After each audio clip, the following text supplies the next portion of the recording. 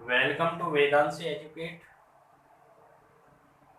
आज हम accent history में बात करने वाले हैं बैरम शाह।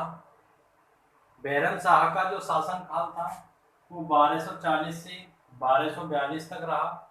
इसका जो एग्जामों में पूछा जाता है वो ओनली टाइम पीरियड से ही ज़्यादातर पूछा जाता है, इसके बारे में ज़्यादा डिटेल नहीं पूछी जाती। इसलिए इसका जो शासन काल था वह 1240 से 1242 था। इसके बाद हम बात करेंगे नसरुद्दीन मोहम्मद। नसरुद्दीन मोहम्मद का जो शासन काल था वो 1240 से 1265 तक रहा। इसमें कुछ इम्पोर्टेंट पॉइंट हैं, उनके बारे में हम जानेंगे। इसने बलवंत को वजीर नियुक्त किया। इसने क्या किया, जो बलवंत था उसे अपना वजीर नियुक्त किया और बलवंत को उलूम खां की उपाधि दी। इसने क्या किया, एक तो अपना वजीर नियुक्त किया बलवंत को और दूसरा अलूम खां की उपाधि धारण की, यानी कि उसे उपाधि दी। इसके बाद गयासुद्दीन बलवन। गयासुद्दीन बलवन 1265 से 1287, यानी कि इसका शासनकाल था 1265 से 1287। इसमें जो इम्पोर्टेंट पॉइंट है वो हम नोट करेंगे। सुल्तान बनने के बाद बलवन ने दल चालीसा का अंत किया। इसने क्या किया, जब वह सुल्तान बना, सुल्तान बनते ही इसने जो दल चालीसा चल रहा था, आपने पिछली क्लास नहीं देखी हो तो आप पिछली क्लास देख सकते हैं, तो आपको अच्छे से ये क्लास समझ में आएगी। ठीक है, तो जो दल चालीसा चल रहा था उसका अंत किया। सेकंड पॉइंट लिखेंगे इसमें, बलवन ने दिल्ली में लोहे एवं रक्त की नीति चलाई। बलवन ने क्या किया, दिल्ली में लोहे एवं रक्त की नीति चलाई। नोट ध्यान देंगे यहाँ पर, जर्मनी में लोहे एवं रक्त की नीति बिस्मार्क ने चलवाई थी। देखिए, दिल्ली में जो लोहे एवं रक्त की नीति चलवाई थी वो बलवन ने चलवाई थी और जर्मनी में लोहे एवं रक्त की नीति बिस्मार्क ने चलवाई थी। इसका बहुत ज्यादा ध्यान रखेंगे। बलवन ने नवरोज त्योहार को मनाने की शुरुआत की। बलवन ने कौन से त्योहार को मनाने की शुरुआत की, नवरोज। इसके बाद फारसी ईरान नव वर्ष को ही नवरोज कहते हैं। ठीक है, नवरोज किसे कहते हैं, नव वर्ष को। फारसी और ईरान का जो नव वर्ष है उसी को नवरोज कहते हैं। इस त्योहार को औरंगजेब द्वारा खत्म किया गया था, यानी कि इस त्योहार को किसके द्वारा खत्म किया गया था, औरंगजेब के द्वारा। ठीक है, 1287 में मंगोलों का तीसरी बार आक्रमण हुआ और इस आक्रमण में बलवन का बेटा शहजादा मोहम्मद, यानी कि बलवन का बेटा था शहजादा मोहम्मद, मारा गया।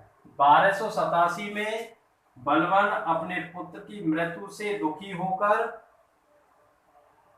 इसकी मृत्यु हो गई, यानी कि बलवन की मृत्यु हो गई, अपने पुत्र की मृत्यु के वियोग में इतना व्याकुल हो गया, यानी कि इतना परेशान हो गया, इतना दुखी हो गया, जिसके कारण उसकी मृत्यु हो गई। उसके बाद में कैकुवाद 1287 से 1290 तक इसका शासनकाल रहा। इसमें जो इम्पोर्टेंट पॉइंट हैं उन्हें हम जानेंगे। मलिक फिरोज ने कैकुवाद का विश्वास जीतकर, देखिए, मलिक फिरोज ने कैकुवाद का विश्वास जीतकर पंजाब का इख्तियार बन गया। ठीक है, और मलिक फिरोज ने 1290 में कैकुवाद की हत्या कराकर, ठीक है, 1290 में कैकुवाद की हत्या कराकर कैसुर्स को गद्दी पर बैठाया और तथा 1290 में ही कैसुर्स को मलिक फिरोज के द्वारा गद्दी से हटाया गया। देखिए, कैसुर्स को गद्दी पर बैठा गया मलिक फिरोज के द्वारा ही, और 1290 में ही उसे गद्दी पर बैठाया गया था और 1290 में ही हटा दिया गया मलिक फिरोज के द्वारा, यानी कि जिसने उसे गद्दी पर बैठाया था उसी ने हटा दिया। उसके बाद मलिक फिरोज ने खिलजी वंश की स्थापना की। यह तुर्क का था। ठीक है, यह कहाँ का था, यह तुर्क का था। आगे हम पढ़ेंगे खिलजी डायनेस्टी यानी कि खिलजी वंश 1290 से 1320 तक। जलालुद्दीन फिरोज शाह खिलजी 1290 से 1296 तक इसका शासनकाल रहा। इसका वास्तविक नाम मलिक फिरोज था। इसका वास्तविक नाम क्या था, मलिक फिरोज। 1293 में इसने देवगिरी के शासक रामचंद्र देव पर आक्रमण किया। 1293 में देवगिरी के शासक रामचंद्र देव पर आक्रमण किया। यह दक्षिण में मुसलमानों का पहला आक्रमण था, यानी कि दक्षिण में मुसलमानों का पहला आक्रमण था। जलालुद्दीन फिरोज शाह खिलजी का भतीजा अलाउद्दीन खिलजी, ठीक है ना, अली गुरसाए कारा कोसामल यूपी का इक्तेदार था। यानी कि जो जलालुद्दीन खिलजी का जो भतीजा था यानी कि अलाउद्दीन, ठीक है, वह कोसाम्बली उत्तर प्रदेश का इक्तेदार था। और 1296 में मंगोलों का चौथी बार आक्रमण हुआ। 1296 में क्या हुआ, मंगोलों का चौथी बार आक्रमण हुआ। और इस अभियान पर जलालुद्दीन ने अलाउद्दीन को भेजा और अलाउद्दीन ने इस आक्रमण में मंगोलों से पराजित, यानी कि मंगोलों को पराजित किया। मंगोलों के 200 सैनिक दिल्ली में ही रुक गए। जब देखिए मंगोलों ने चौथी बार आक्रमण किया, उस आक्रमण में जलालुद्दीन ने अलाउद्दीन को भेजा और अलाउद्दीन ने मंगोलों को पराजित किया और मंगोलों के 200 सैनिक दिल्ली में ही रुक गए। जलालुद्दीन ने उनका धर्म मुस्लिम में बदलवा दिया, यानी कि जलालुद्दीन ने क्या किया, उनका जो धर्म था वो मुस्लिम में बदलवा दिया और दिल्ली में इनके रहने के लिए एक शहर मुगलपुर बसाया। ये जो 200 सैनिक थे, इनको रहने के लिए दिल्ली में एक मुगलपुर बसाया। यही नवीन मुस्लिम कहलाए। यह मुस्लिम कौन से कहलाए, यह नवीन मुस्लिम कहलाए। यह 200 सैनिक बौद्ध धर्म के अनुयायी थे, ठीक है, किस धर्म के थे, अनुयायी थे बौद्ध धर्म के। तो जल्दी से आप इसे नोट करिए, आगे भी आज की क्लास में आगे भी कराना है। एक पॉइंट तो देखिए, खिलजी डायनेस्टी यानी कि खिलजी वंश में रह रहा है जलालुद्दीन फिरोज शाह खिलजी का, नोट करिए। हाँ भाई, आगे जानेंगे। देखिए 1296 में अलाउद्दीन ने जलालुद्दीन की हत्या कराई और दिल्ली का अगला शासक बना। यानी कि अलाउद्दीन जो था उसने 1296 में जलालुद्दीन की हत्या करा करके दिल्ली का अगला शासक बना। अब पढ़ेंगे हम अलाउद्दीन खिलजी 1296 से 1316 तक इसका शासनकाल रहा।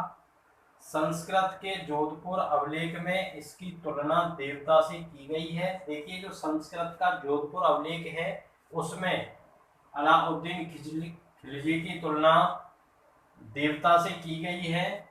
यह दिल्ली का सल्तनत यानी कि यह दिल्ली की सल्तनत में स्थायी सेना रखने वाला प्रथम सुल्तान था। यानी कि जो स्थायी सेना जो रखता था दिल्ली सल्तनत में, ये प्रथम सुल्तान था और इसी ने सेना को नगद वेतन देने की शुरुआत की। इसने क्या किया, सेना को नगद वेतन देना प्रारंभ किया। और अमीर खुसरो इसके दरबार के प्रसिद्ध कवि थे, ठीक है ना।